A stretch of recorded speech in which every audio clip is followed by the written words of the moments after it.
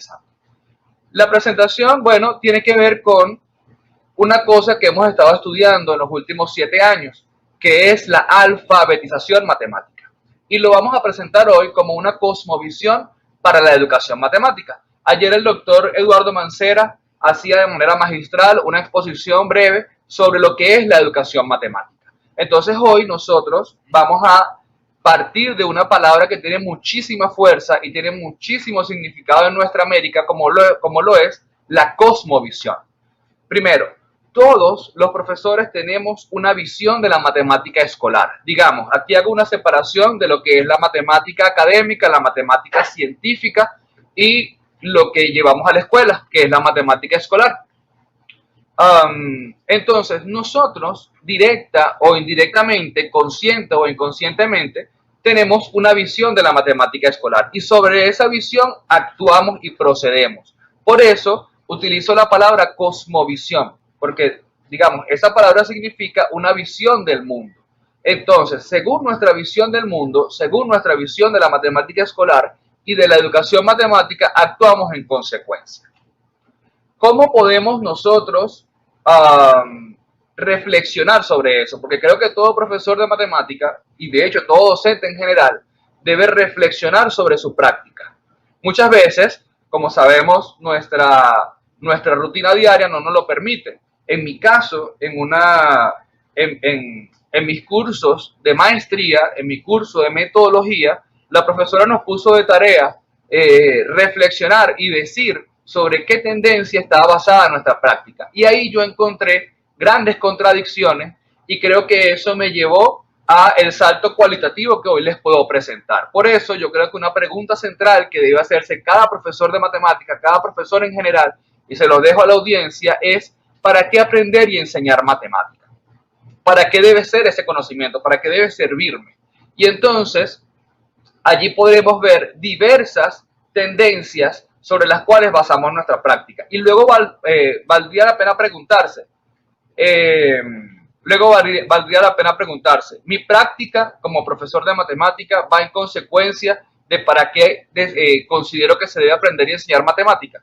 Allí es donde vamos a observar las grandes contradicciones que podemos tener y entonces comenzar a transformar nuestra práctica. Por eso decía que todas estas reflexiones vienen de una larga historia de investigación-acción.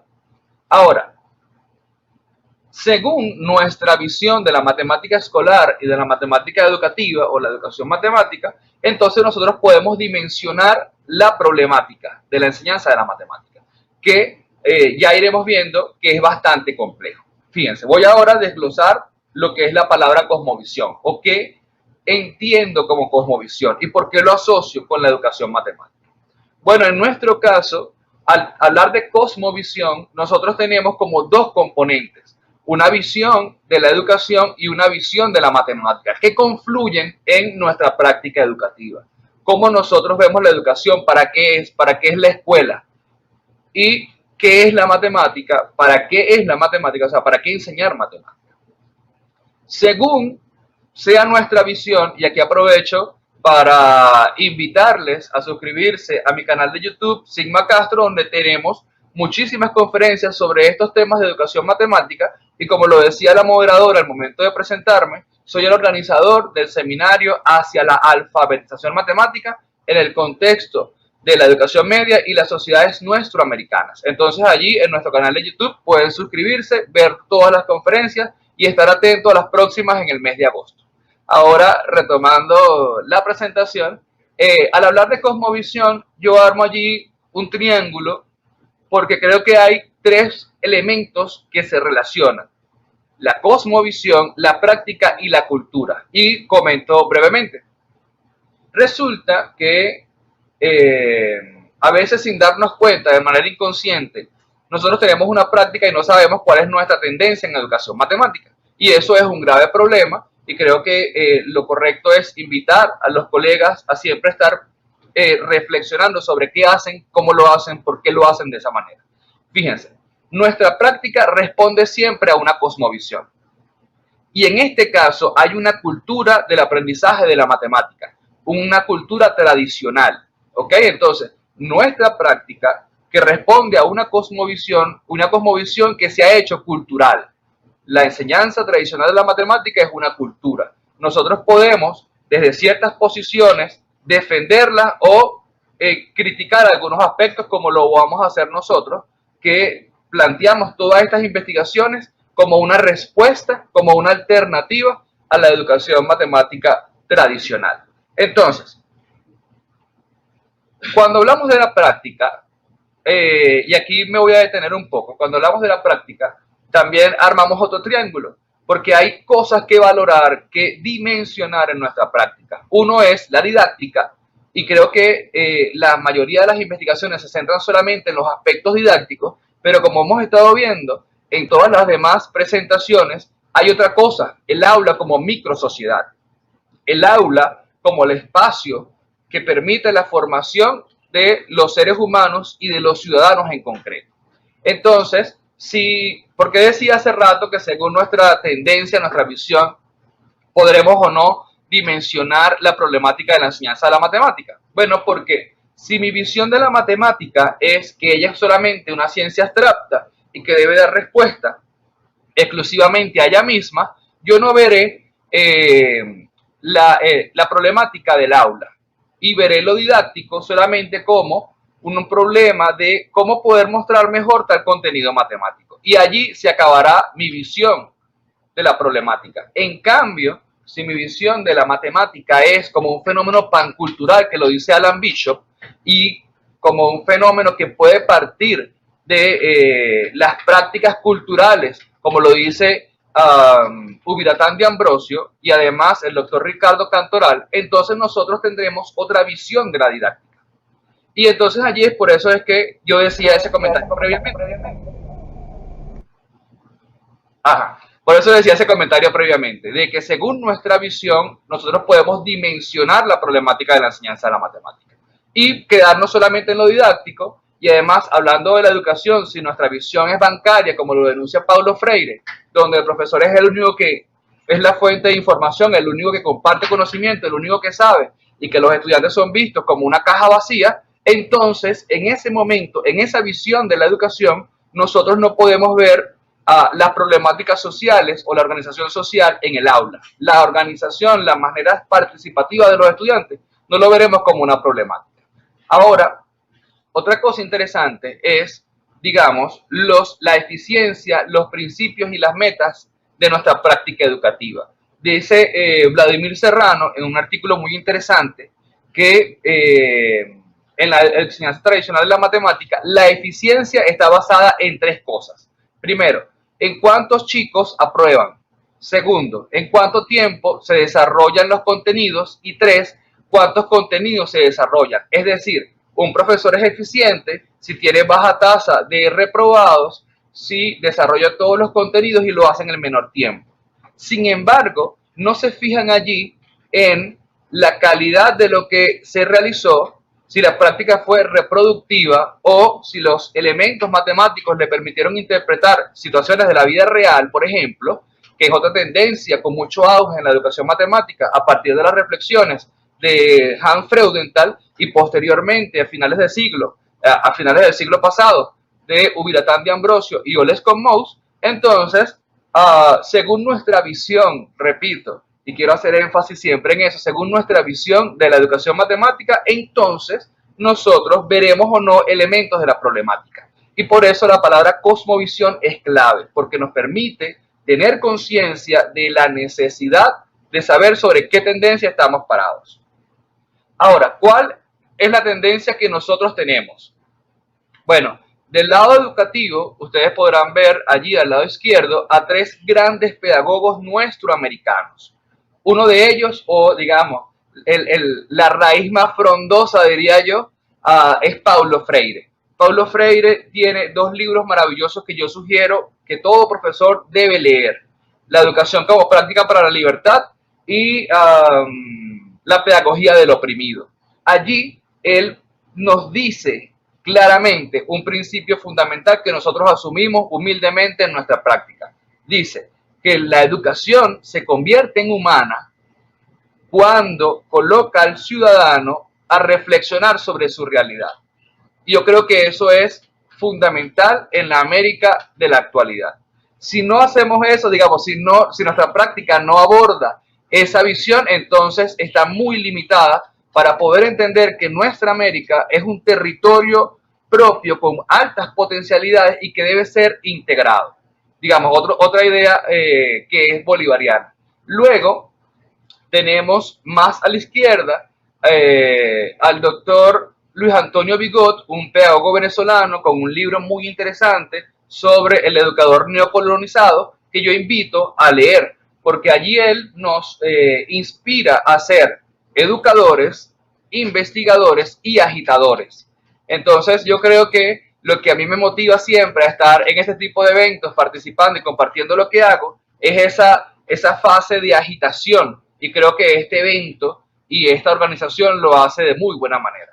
Y el tercer doctor que encontramos allí es Oscar Barsavsky, un científico argentino, químico, que podía reflexionar sobre la visión nuestroamericana. Él tiene un libro muy interesante que yo sugiero leer, Ciencia, Política y Cientificismo, y denuncia lo que es el cientificismo, es decir, aquellas prácticas apegadas a una ciencia que no da respuesta a los problemas de los pueblos. Y en nuestra América, si nosotros entendemos nuestras potencialidades y nuestras problemáticas sociales, debemos entender que la ciencia y la tecnología deben dar respuesta a eso.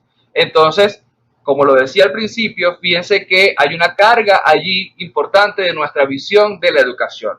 Y sobre la matemática, bueno, no podemos dejar de mencionar a tres grandes investigadores.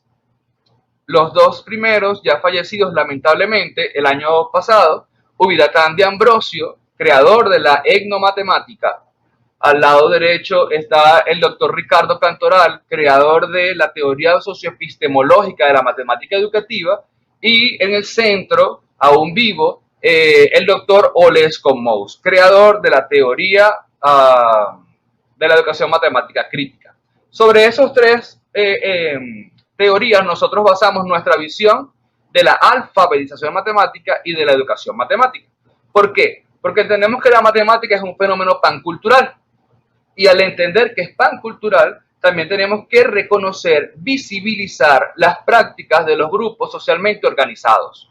Llámense pueblos originarios, llámense la clase obrera, llámense los trabajadores por cuentas propias, etc. Todas las prácticas sociales pueden ser optimizadas a través de la matemática. Y creo que allí es donde entran valores fundamentales. Y lo que señala el doctor Oles Conmous sobre las capacidades reflexivas que hay que potencializar en la clase de matemáticas, sentimos que son fundamentales. Y como pudieron ver, en el centro de la presentación está el mapa de nuestra América. Y yo creo que nosotros tenemos que ver siempre a lo interno, antes de lo externo. Digamos, en los años 50 y 60 se llevó a cabo en todos los países de nuestra América de manera crítica, de manera acrítica, es decir, sin crítica, lo que fue la reforma de la matemática moderna, impulsada por el primer mundo posterior al lanzamiento del Sputnik 1. Entonces, ese es otro capítulo que hay que leer y tener conciencia histórica nuestroamericana de parte de los profesores de matemática. Y además que allá en el mapa podemos observar las Malvinas, que son nuestroamericanas también. Bien, llegado a este punto, aclarado por qué nosotros decimos, digamos, por qué el título de la presentación fue como fue, voy a mencionar, definir qué es para nosotros la alfabetización matemática. Y este párrafo que ustedes ven allí, un párrafo hermoso que nos ha llevado a 7 años de estar siempre construyendo. De hecho, ayer incorporé algunas ideas nuevas porque siempre está en evolución. Y eso creo que es lo más maravilloso y lo que más nos motiva a estar en estos eventos, porque llega el momento en que uno reflexiona, ya va, falta algo, debo agregar algo, debo compartir algo más. Y entonces lo hemos agregado. Leo. La alfabetización matemática lo entendemos como el proceso social y educativo. Y en este momento, solamente con esas 3 palabras, con esas 4 palabras, rompemos con la enseñanza tradicional de la matemática. Porque no solamente lo vemos bancariamente, como diría Freire, como la reproducción de conocimiento. Como que el docente expone un conocimiento y ya. No, es un proceso social y educativo. Entonces tiene que ver con una de las ponencias anteriores relacionada con el tema de la sociedad. Y luego dice, es un proceso social y educativo que forma al ciudadano. Es decir, ahí seguimos rompiendo con la visión academicista y cientificista de la educación tradicional de la matemática. Porque no solamente queremos formar a un matemático, a una persona que reflexione matemáticamente, sino además un ciudadano que tenga poder para ir a comprender su realidad. Es decir, el pensamiento de Paulo Freire, para poder ir a comprender su realidad. Además de eso, al mismo tiempo, transforma el acto educativo en humano, democrático y liberador. Y aquí está lo que agregábamos ayer, abordando integralmente la problemática de la enseñanza de la matemática. Como ustedes pueden ver allí, al hablar del proceso de alfabetización matemática, no solamente lo vemos como el compartir de conocimientos, sino que es un proceso social. Entendemos que el aula es una microsociedad que forma ciudadanos, que forma seres humanos, y por eso es importante como ciudadanos formarlos para comprender su realidad. Es decir, la matemática debe darles poder para hacer eso.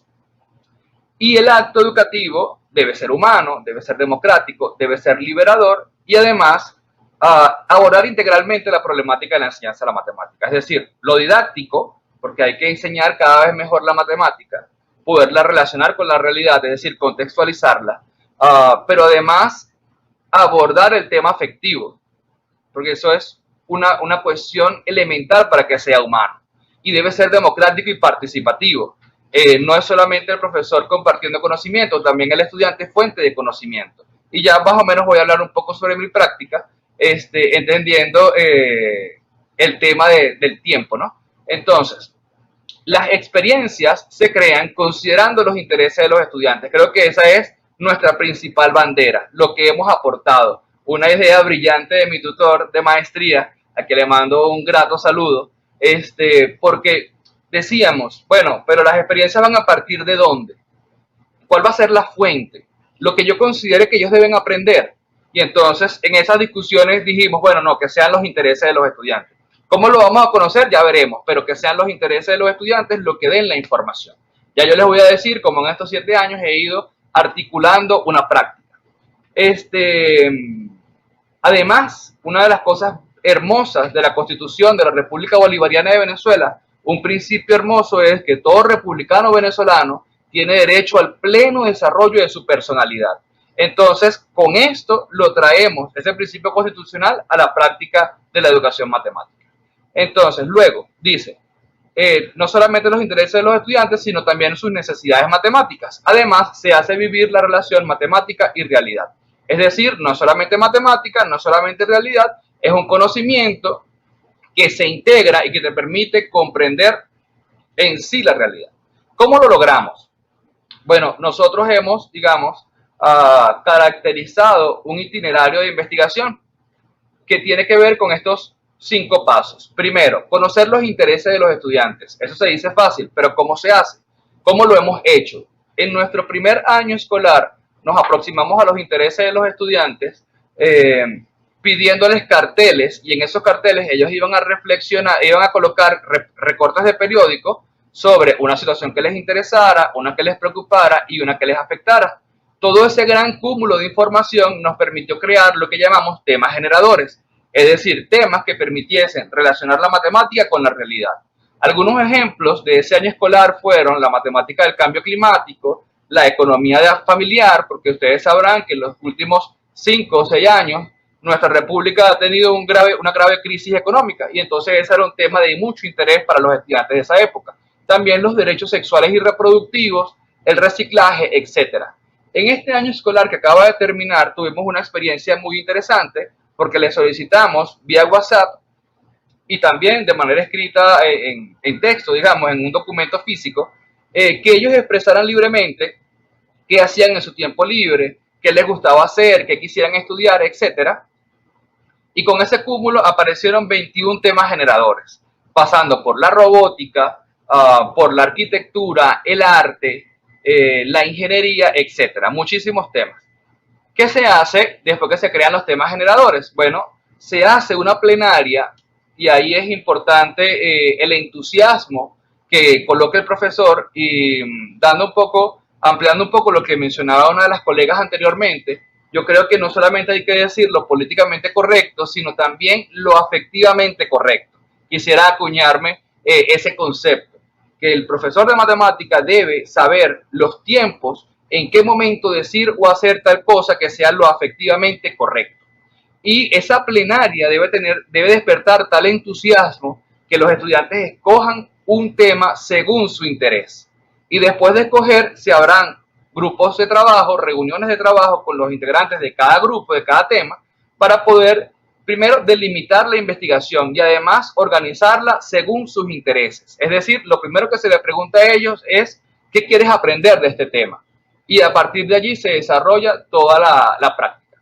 Y bueno, posterior a estas reuniones, al trabajo matemático, a la sistematización de la investigación, se socializan los resultados. Quiero presentarles brevemente, para finalizar, algunos elementos o algunas muestras de nuestra práctica. Estos fueron de este año escolar. Ustedes pueden ver al lado izquierdo y en el centro unas manos robóticas, porque nuestros estudiantes estaban interesados en la robótica. La del lado izquierdo está diseñado en el software GeoGebra. Y lo interesante, digamos, matemáticamente, lo rico de esa experiencia es el desarrollo del razonamiento geométrico.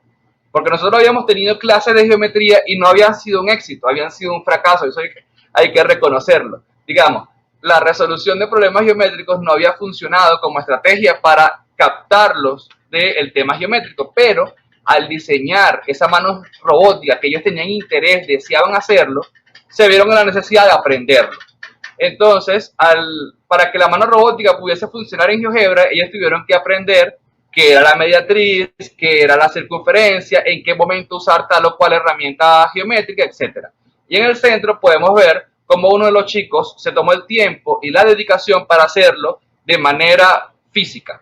Una de las cosas que nosotros resaltamos de nuestro trabajo y está publicado en uno de nuestros artículos, lo pueden buscar en la revista Paulo Freire de Chile, es cómo los intereses de los estudiantes lleva a los temas matemáticos y cómo despierta en ellos un interés por aprender matemática, por profundizar en sus investigaciones. Las otras dos imágenes quizás no lo puedan apreciar mucho. Una es la fotografía de un loro, porque en la fotografía y en el arte en general se utiliza la divina proporción. Es decir, eso ha sido un concepto artístico que se puede estudiar matemáticamente y viene desde las antiguas civilizaciones egipcias. Sus pirámides son construidas considerando el número de oro. El Panteón griego está diseñado considerando la divina proporción.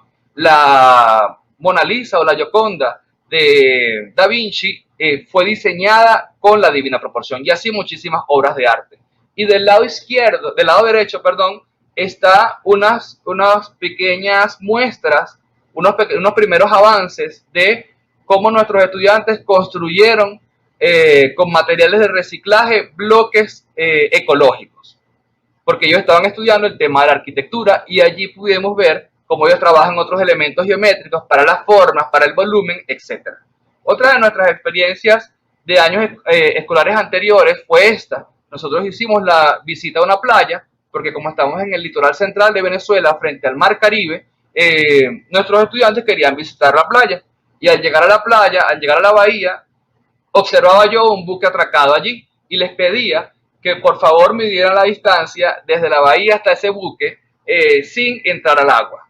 Y eso nos llevó a la construcción de modelos matemáticos, al trabajo geométrico de ese modelo matemático, que llegó un momento en que se acabó el razonamiento geométrico, no nos podía avanzar más en la resolución y hubo un salto a el razonamiento algebraico. Una de las cosas que siempre nos preguntan en nuestras conferencias es ¿qué ocurre con el currículo de matemática, con el plan de estudio? ¿Se desarrolla completamente si hacemos este tipo de experiencias?